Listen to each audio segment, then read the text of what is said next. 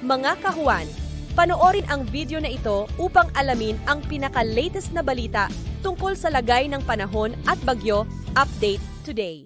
Update po muna tayo dito sa ating binabantayang bagyong si Inday mula sa nilabas nating Tropical Cyclone Bulletin at ng 4 AM location po niya ay 1,405 kilometers east ng Northern Luzon. May taglay na lakas na hangin na 185 kilometers per hour at pagbugso na umaabot ng 230 kilometers per hour. Ito'y kumikilos westward sa bilis na 25 kilometers per hour. Inaasahan po natin itong si bagyong Inday ay wala pa rin naman pong direktang epekto sa anumang parte ng ating bansa. Ang inaasahan po natin magpapaulan dito sa ilang bahagi ng bansa natin ay ang southwest monsoon or habagat na currently nakakaapekto na dito sa may Mindanao. Para sa ating forecast dito sa southwest monsoon, inaasahan natin ngayong araw magdadala ito ng mga kalat-kalat na pag-ulan dito sa may Zamboanga Peninsula, Barm, ilang bahagi po or western section po ng Visayas. Inaasahan din natin sa mga susunod na araw habang kumikilos paakyat po itong bagyong si Inday ay makakaranas din po tayo ng malakas na bugso ng southwest monsoon at magdadala rin po ito ng mga pag-ulan dito sa malaking bahagi ng ating bansa.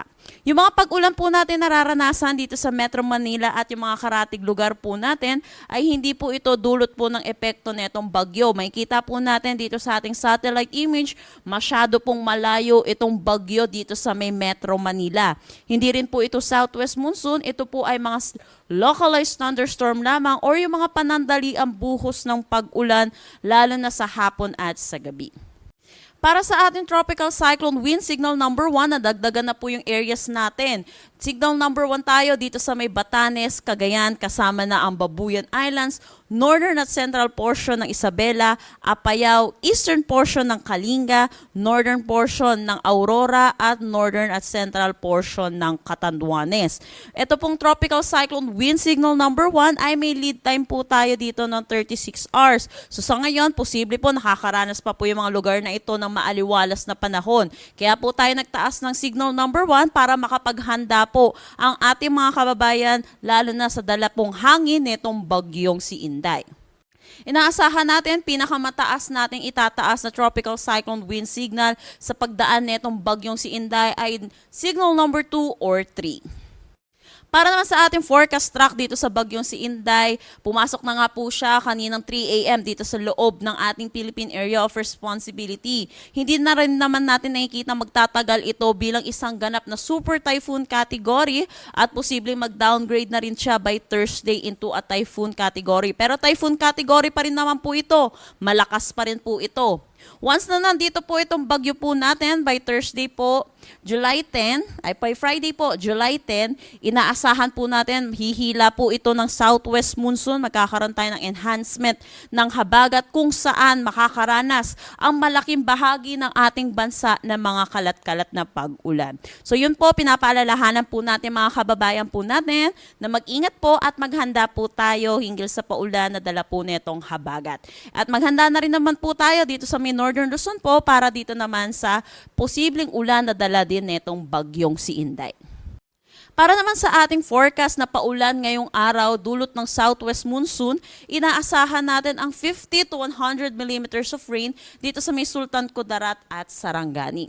Habang paakyat po ng track itong bagyong si Inday, ay umaakyat din po yung mga areas na makakaranas ng 50 to 100 millimeters of rain. Bukas po, inaasahan natin dito ito sa may Occidental Mindoro, Antique, Negros Occidental at Palawan.